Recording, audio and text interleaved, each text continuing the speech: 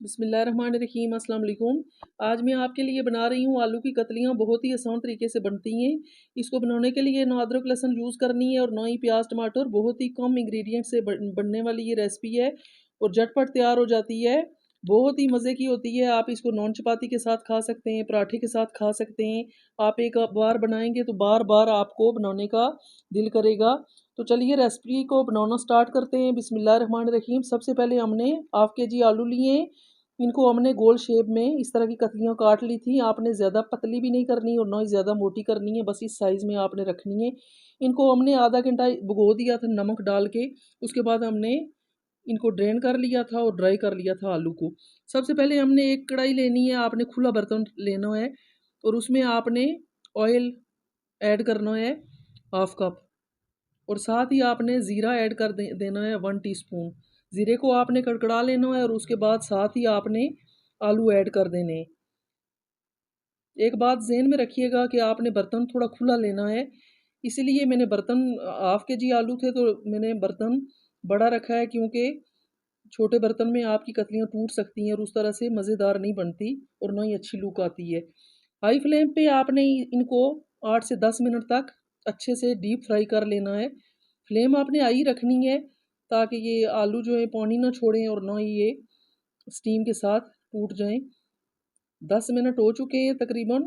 हमारी कतलियाँ ये देख सकते हैं आप, फ्राई हो चुकी हैं और कलर भी बहुत मज़े का आ गया है। अब हम स्पाइसेस ऐड कर देंगे। नमक ऐड करेंगे 1 teaspoon. 1 teaspoon chilli flakes add करेंगे। इस ये भी खूबसूरती के लिए बहुत अच्छी लगती है, फ्लेवर भी अच्छा देती है। हाफ टी स्पून हल्दी ऐड करेंगे। रेड चिली पाउडर ऐड करेंगे 1 टीस्पून। धनिया पाउडर ऐड करेंगे 1 टीस्पून। ये चाट मसाला 1 टीस्पून ऐड करेंगे।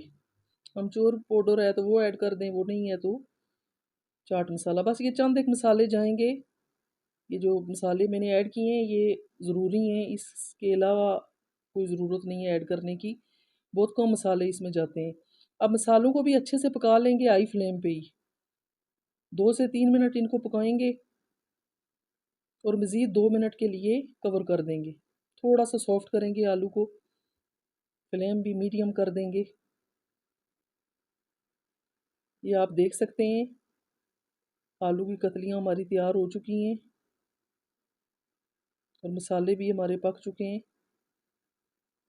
आपने इनको हाई फ्लेम पे पकाना है ताकि अच्छी सी बन जाए। फ्लेम को करेंगे ऑफ और आपको फाइनल लुक दिखाते हैं डिश आउट करके। ये एंड पे मैं हरी मिर्चें ऐड करूँगी और नींबू का रस थोड़ा सा ऐड कर दूँगी। फ्लेम को मैंने ऑफ कर दिया है। डिश आउट करेंगे और आपको फाइनल लुक दिखाते हैं कि हमारी आज की ये आलू की कतलियाँ कैसे तैयार हुई हैं।